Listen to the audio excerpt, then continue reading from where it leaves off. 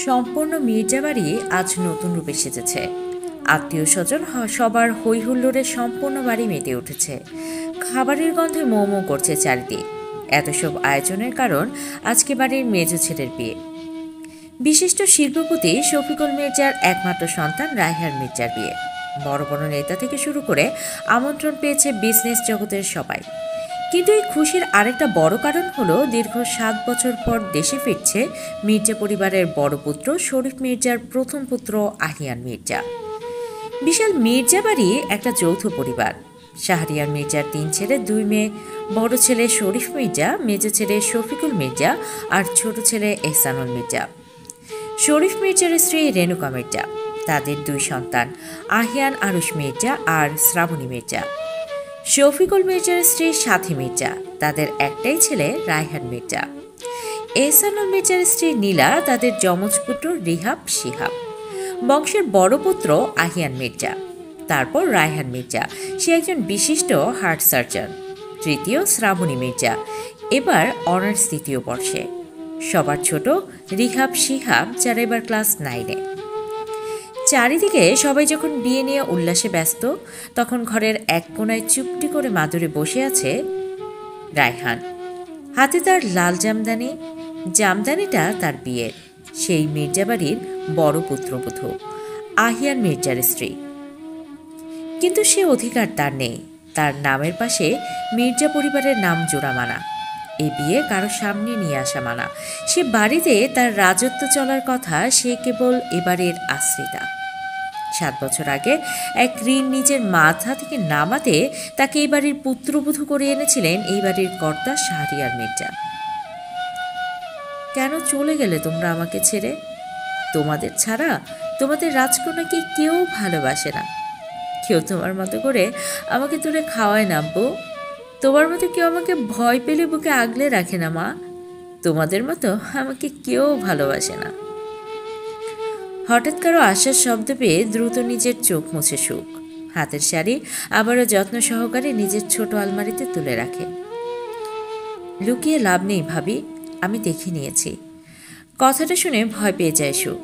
আলমারির সাথে লেপ্টে দাঁড়িয়ে ভয় ভয় মাথা তোলে। সেখানে শ্রাবণীকে দাঁত বের করে দাঁড়িয়ে থাকতে দেখে হাফ ছেড়ে বাঁচে সে। ভয় পাইয়ে দিয়েছিল আপু, আমি ভাবলাম বড় মা চলে আসলো নাকি। এত ভয় কেন পাও সুখ? এই বাড়ি তোমারও, তোমার সম্পূর্ণ অধিকার আছে এই বাড়ির উপর, এই বাড়ির মানুষের উপর, সাথে আহিয়ান ভাইয়ের উপরেও। আহিয়ান নামটা শুনে সুখের বুকটা ধুপ করে ওঠে। চোখের সামনে ভেসে ওঠে রাগী চেহারা, রক্ত লাল আখি জোড়া, সদ্য যৌবনে পা দেওয়া এক বলিষ্ঠ যুবক। সাথে সাথে কেঁপে ওঠে সুখ। সুখকে এভাবে কাঁপতে দেখে শ্রাবণী দীর্ঘশ্বাস ছাড়ে। ভাইয়ের নাম শুনতেই এত ভয় পাও কেন সুখ? সে তোমার স্বামী, যার নাম শুনে এই অবস্থা, আর কয়েক ঘন্টা পরেই সে তোমার সামনে থাকবে। তখন কি করবা তুমি?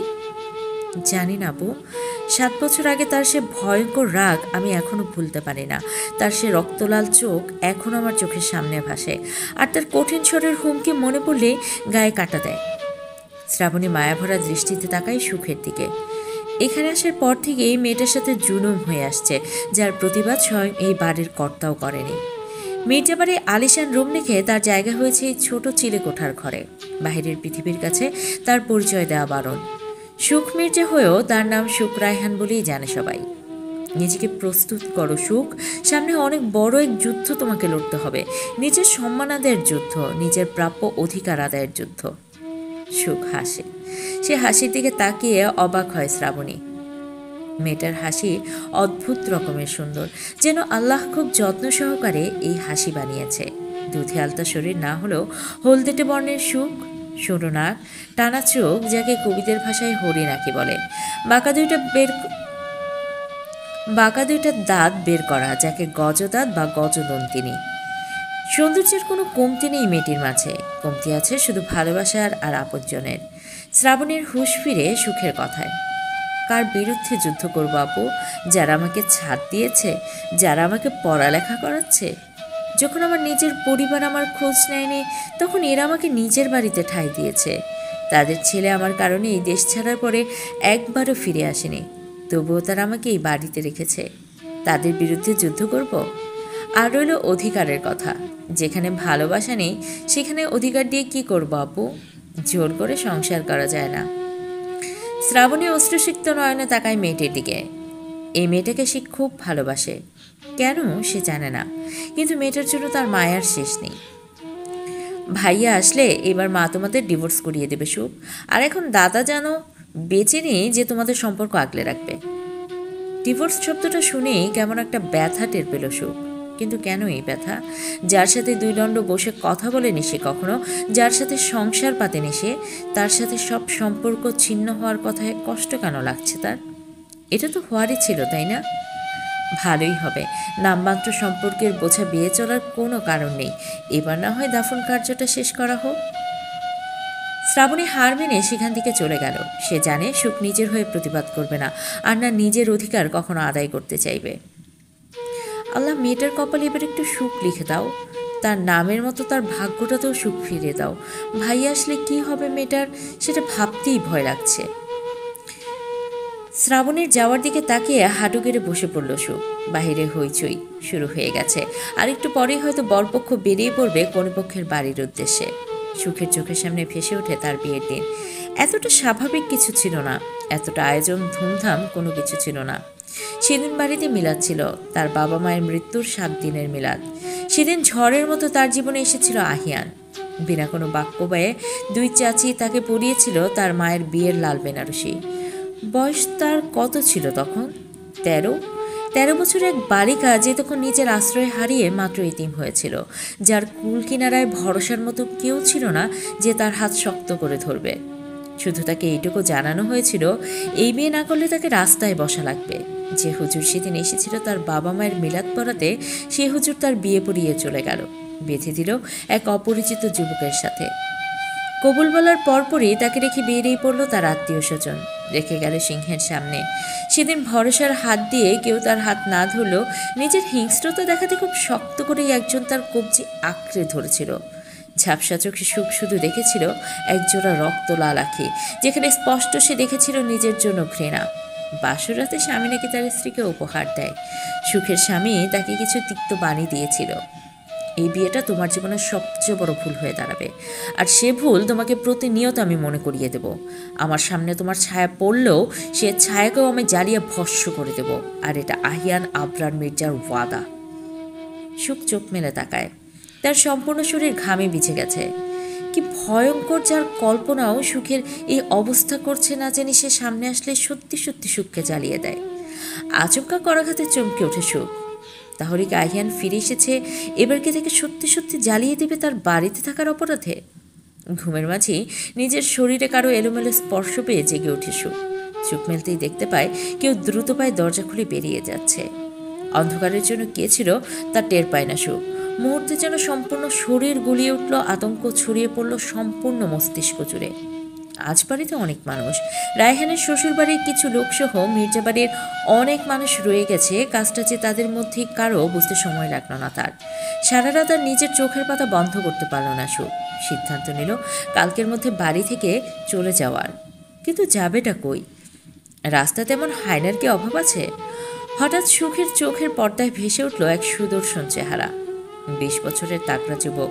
সুখ উঠে বসলো বিছানা থেকে, ধীর পায়ে হেঁটে আলমারির কাছে এসে নিচের ড্রয়ার থেকে একটা ছোট বাক্স বের করলো। বাক্সটা অনেক পুরাতন, জং ধরে গেছে প্রায়। কিছুটা শক্তি প্রয়োগ করতেই বাক্সটা খুলে গেল। সাথে সাথে দৃশ্যমান হলো দুটো অনেক পুরাতন চিঠি, একটা লাল গোলাপ, একজোড়া নূপুর আর কাজল।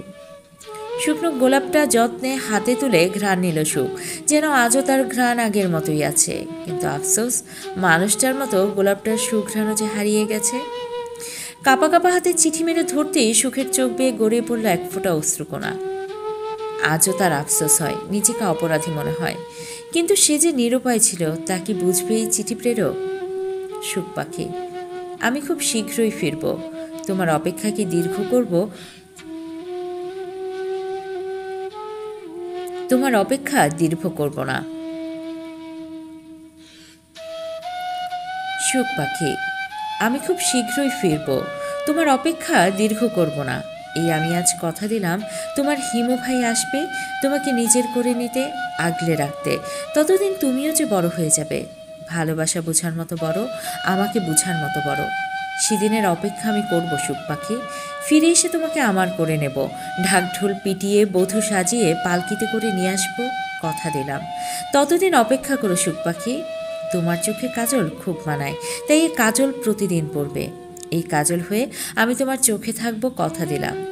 এই একজোড়া নূপুর আমি নিজ হাতে তোমাকে পরিয়ে দেব, কথা দিচ্ছি। ততদিন নিজের আর এই নূপুর আর আমার সুখ পাখিকে আমার জন্য দেখে রেখো। অপেক্ষা করবে তো সুখ পাখি? ইতি হিমু ভাই। সুখ চিঠিটা বন্ধ করে বুকে জড়িয়ে ধরে হু হু করে কেঁদে উঠল। তার চোখ যেন আজ বাধা মানতে নারাজ। সে চেয়েছিল তার হিমু ভাইয়ের জন্য অপেক্ষা করতে, পারু সেজে তাকে চমকে দিতে, তার বুকের বাম পাশটায় নিজের অভিমান জমাতে, নূপুর পায়ে তার সামনে হেঁটে বেড়াতে, কাজল কালো চোখ নিয়ে তার সামনে দাঁড়িয়ে তাকে মুগ্ধ হয়ে তাকিয়ে থাকা উপভোগ করতে দেখতে চেয়েছিল। কিন্তু নিয়তি অন্য কিছু পরিকল্পনা করে রেখেছিল। এই পাষণ্ড পুরুষের পাশে তার নাম লিখতে চেয়েছিল। আপনি কি আমার অপেক্ষা করেছিলেন হিমু ভাই? আপনি কি এসেছিলেন ফিরে বিদেশি বাবু হয়ে? নিয়েছিলেন আমার খোঁজ? আমার বিয়ে হয়েছে শুনে কি খুব কষ্ট পেয়েছিলেন? আমাকে ঘৃণা করার মতো কষ্ট? আচ্ছা, আপনি কি আমাকে ফিরিয়ে নেবেন, আবারও আগলে রাখতে চাইবেন, নাকি বিবাহিত তকমা লাগার কারণে ছুঁড়ে ফেলবেন অদূরে? চিঠি জবাব দেয় না সুখের প্রশ্নের।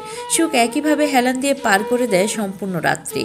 ভোরের দিকে চোখ কখন বন্ধ হয়ে আসে টের পায় না সে। কিছু পড়ে যাওয়ার আওয়াজ হতেই ধরফুরিয়ে উঠে বসে। চোখ মেলে তাকাতেই দেখতে পায় বাড়ির কর্তা শাহরিয়ার মির্জা দাঁড়িয়ে আছেন। বয়সের ছাপ মুখে স্পষ্ট পরিলক্ষিত হলেও শরীরের দিক দিয়ে এখনও মজবুত হয়ে দাঁড়িয়ে আছেন।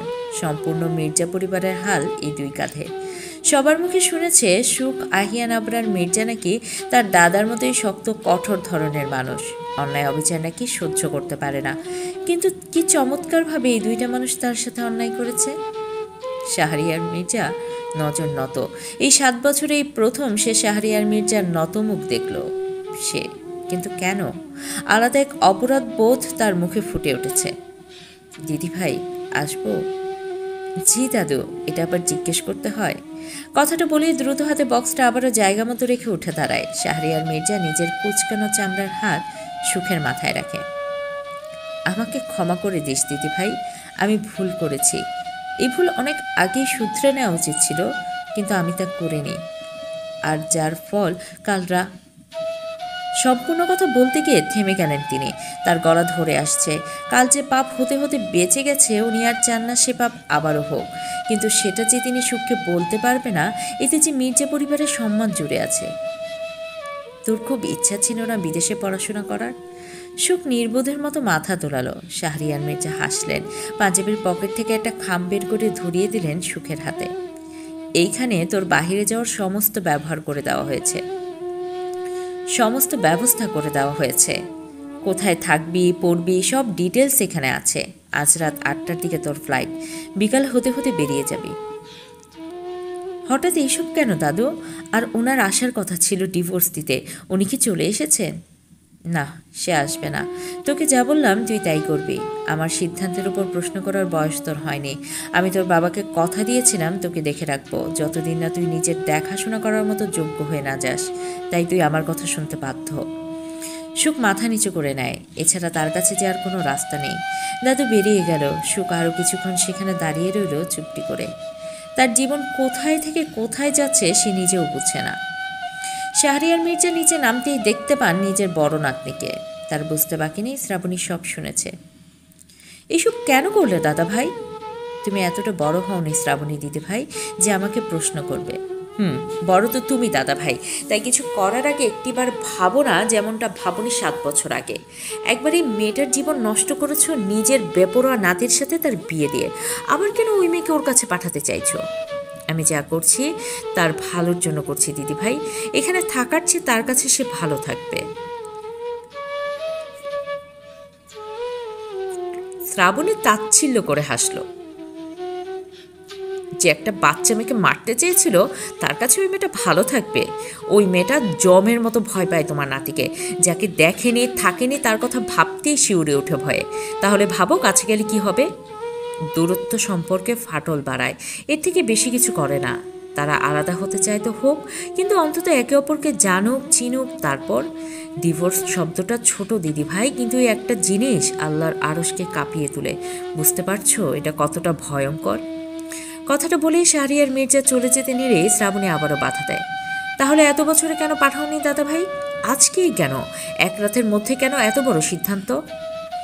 শাহরিয়ার মির্জার চোখের সামনে ভেসে উঠল কাল রাতের স্মৃতি। তার নিজের বড় ছেলে ভাবতেই গা গুলিয়ে উঠল তার। অনেক আগে থেকেই পরিকল্পনা করে রেখেছিলাম, কালকে তোমার ভাই আসবে শুনে ডেট আবারও পিছিয়ে দিয়েছিলাম, কিন্তু যখন আসলো না তাই আর কিছু করার রইল না আমার। শ্রাবণী উত্তরে সন্তুষ্ট হতে পারল না, তবুও চুপ হয়ে গেল।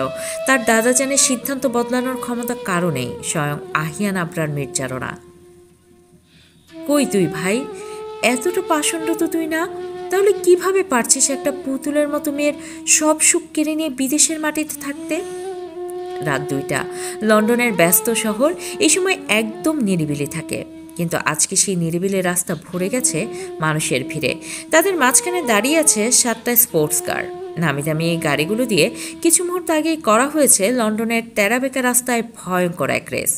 সে রেস দেখতেই এসেছে হাজারো মানুষ, সবার মুখে প্রায় একটাই নাম, AM।